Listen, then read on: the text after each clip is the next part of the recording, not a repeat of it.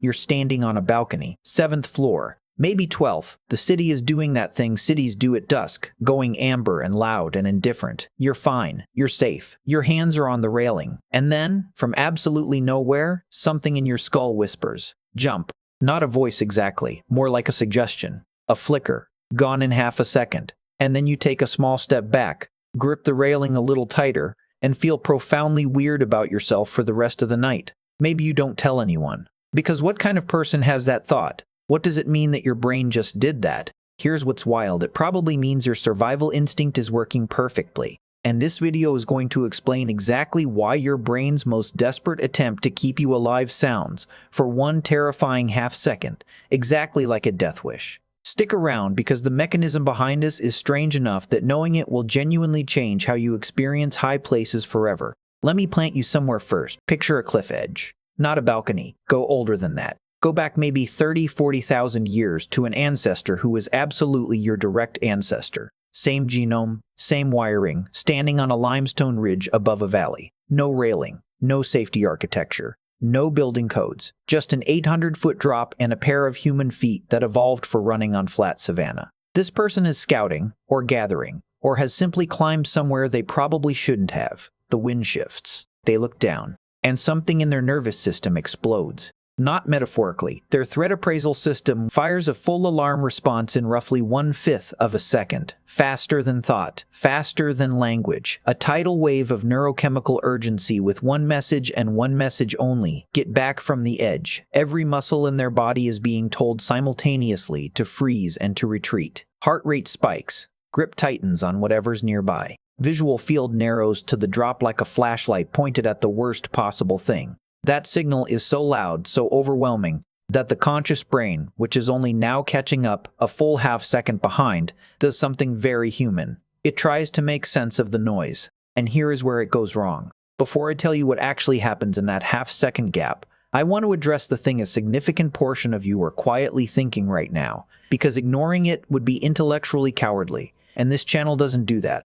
Is this just a polite way of describing suicidal ideation? That is a fair question, genuinely fair, because the thought pattern, standing somewhere high, having an impulse toward the edge, sounds, on the surface, uncomfortably close to something clinically serious, and for some people, in some situations it is. I'm not going to wave that away, and I'll come back to it properly before this video ends. But here's what the data actually says. In 2012, a team of researchers, Jennifer Hames, Jessica Ribeiro, April Smith, and Thomas Joyner, published a study in the Journal of Affective Disorders with the quietly brilliant title, "An Urge to Jump Affirms the Urge to Live." They surveyed 431 undergraduates and found that over half of the people with no suicidal ideation whatsoever, zero, none, not a thought, had experienced this exact sensation. The whisper at the ledge, the inexplicable micro-impulse toward the drop. More than half, people who had never had a suicidal thought in their lives, standing on a balcony feeling something that pulled toward the edge, which means this is not a clinical symptom. It is a human one. There is a distinction, and it is enormous. The French even have a phrase for it, l'appel du vide, the call of the void. It is baked into the language, which suggests people have been noticing this quietly for a very long time, long enough to name it, normalize it, and then still find it deeply unsettling every single time it happens. It is not a secret pathology. It is a feature of consciousness that most people carry and almost nobody talks about out loud. But the question still stands. What is actually happening in the nervous system when a perfectly healthy, life-valuing person looks over a railing and hears what sounds like an invitation to fall? Here is the mechanism, and it is genuinely one of the more elegant pieces of biological irony I have ever come across. Your brain operates on two timescales simultaneously. There is the slow track, the conscious, linguistic, reasoning part of you that is currently watching this video and forming opinions about it. And there is the fast track, the ancient, pre-verbal, survival-oriented processing layer that makes decisions before you are even aware a decision was needed. The fast track does not think, it reacts. It evolves specifically because thinking takes too long when you are about to fall off something, get eaten by something, or touch something very hot. Its entire value proposition is speed. In a genuine survival crisis, the fast track fires first, and it fires hard. Now put that two-track system at the edge of a balcony. The moment your eyes register the drop, the fast track explodes with a threat response. An enormous, urgent, full-body alarm. Your amygdala, the brain's threat detection center, older than mammals, essentially a holdover from a time when everything was trying to kill something else, lights up like a power grid in a storm. The signal it sends is, move away from the edge. Now. Immediately. There is danger here. That signal is physical before it is mental. It is in your muscles and your heart rate and the tightening of your hands before it exists in anything you would call a thought. Your body actually begins micro-movements away from the ledge. Your attention snaps toward the drop. Paradoxically, as a calibration mechanism, the brain is literally trying to compute exactly how dangerous this is, so it knows how urgently to fire the retreat command. But here is the problem. The conscious mind, the slow track, catching up half a second late, does not receive the signal labeled retreat from edge. It receives an enormous, urgent, body-focused impulse directed toward the drop, and it has to interpret that impulse. And it interprets it as a desire. This is what Hames and her colleagues called a misinterpreted safety signal. The brain fires an emergency retreat command so powerfully that the conscious mind, receiving the noise of that signal without its original label, reads it as, I want to jump. Not my survival system just screamed at me to back up, but something in me wants to go over. The survival instinct in a cruel inversion ends up sounding exactly like its opposite. Let me give you a sense of just how fast this process moves, because the speed is what makes the misinterpretation almost inevitable. Conscious awareness of a decision, any decision, lags behind the neural event that generated it by somewhere between 300 and 500 milliseconds. That is the core finding from Benjamin Lee Bett's work in the 1980s. The brain's electrical readiness potential, the build-up toward a voluntary movement, begins before we are aware of deciding to move. Half a second of gap between what your nervous system does and what you consciously experience as your choice. In threat contexts, that gap gets weaponized. Your body is already responding to the cliff edge, already pulling back, already tightening, already in a physiological state of high alert, before the conscious narrative catches up. The narrative arrives, finds the body in a state of edge-directed arousal, and writes a story to explain it. The story it writes, sometimes, is, you wanted to jump. It is not a desire. It is a label applied to a sensation by a conscious mind that was not invited to the original meeting. The sensation was always a warning. The interpretation is the error. This is not unique to humans, by the way. The underlying reflex, a powerful whole-body orientation response to vertical drop, shows up across vertebrates in ways that are both instructive and, honestly, a little funny once you see the pattern. Young primates who have never seen a cliff in their lives will freeze and show stress responses when placed at the edge of a visual cliff. A classic experimental setup where the surface is continuous glass but the visual appearance of sudden depth is right there at their feet. No learning required. The threat appraisal fires instantly, automatically from the architecture of the nervous system itself.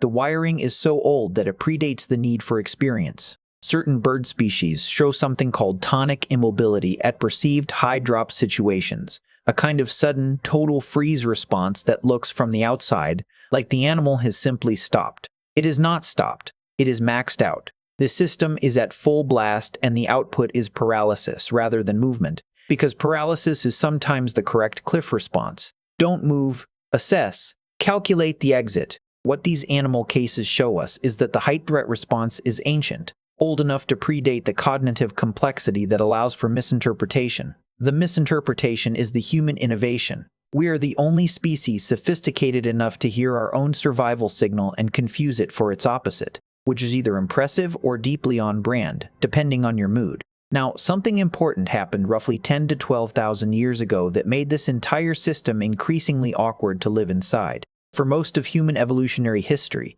the long, patient hundreds of thousands of years before agriculture, before cities, before vertical architecture, encounters with significant heights were relatively rare and genuinely dangerous. Cliff edges existed. Tall trees existed. But sustained exposure to extreme elevation, the kind that requires your brain to negotiate with being very high up for extended periods, was not a regular feature of daily life. You encountered the ledge occasionally, under high stakes, and the alarm system fired appropriately. Then we built things, and we built them taller over time. And then, in the last 150 years, we started building straight up and calling it Tuesday. Your threat appraisal system has not received any of this information. It cannot tell the difference between a limestone ridge above a Paleolithic valley and the 14th floor of a co-working space with exposed brick and a cold brew tap. The railing is irrelevant to the amygdala. The amygdala does not process building codes or tensile strength ratings or the fact that this glass has been certified by 17 different regulatory bodies. The amygdala sees vertical drop, proximity, insufficient ground beneath feet and fires the same alarm it has always fired, every single time, regardless of context. The modern world has stacked us inside environments that trigger a threat response evolved for the rare, high-stakes, genuinely life-or-death encounter with elevation. We now live and work and eat and sleep inside that trigger, daily in buildings our ancestors could not have imagined, and our brains respond identically to how they always have. A full system alarm that we then stand there and try to consciously interpret, with predictably confusing results. The machinery is correct. The environment is the problem. That is the mismatch. Here is where I need to be careful, because I promised I would come back to something. The misinterpreted safety signal explains the l'appel du vide experience in most people, most of the time. But the Hames team was careful not to overclaim their finding, and I want to honor that carefulness because intellectual honesty is not a weakness, it is the whole point. They found that the intensity of the experience, how loud the whisper, how vivid and persistent the micro-impulse, was higher in people who scored higher on something called anxiety sensitivity, not suicidal ideation. Anxiety sensitivity, essentially a measure of how much a person fears their own bodily sensations, how threatening they find internal physical arousal in general. People whose nervous systems are already primed to find their own alarm signals disturbing will experience the misinterpreted safety signal as louder, more insistent, harder to shake off as a flicker. This is worth knowing, not because it pathologizes anything, it genuinely doesn't, but because it points towards something real about the range of this experience. The same underlying wiring that makes you someone who reads danger carefully, who notices things others walk past, who stays alert in environments where most people have checked out. That same sensitivity is what turns the void's call into something that rings in your ears, rather than disappearing immediately. The sensitivity is a feature. The ledge is just a context where it misfires, more loudly for some nervous systems than others. And if you've ever had a version of this that felt like more than a momentary flicker, something that stayed, something that troubled you in a way that felt different from weird, that is worth talking to someone about. Not because the mechanism is broken or dangerous in itself, but because some experiences deserve proper attention regardless of their evolutionary origin. And I would rather name that plainly than skim past it to keep the narrative clean.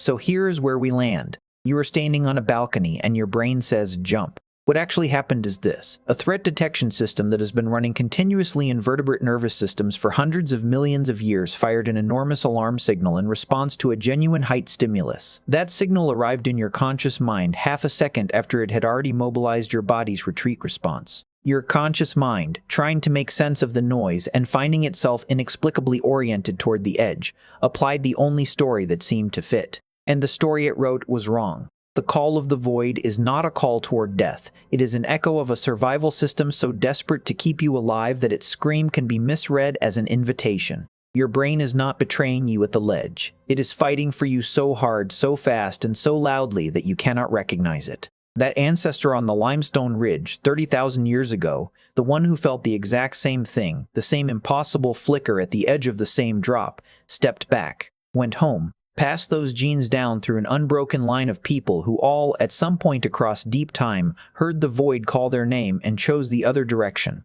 You are descended from every single one of them, which means the whisper was never against you. It was always in the most twisted and indirect and biologically baroque way imaginable for you. If you've ever stood somewhere high, felt that flicker, and spent even 30 seconds quietly wondering what it said about you, I hope this helped.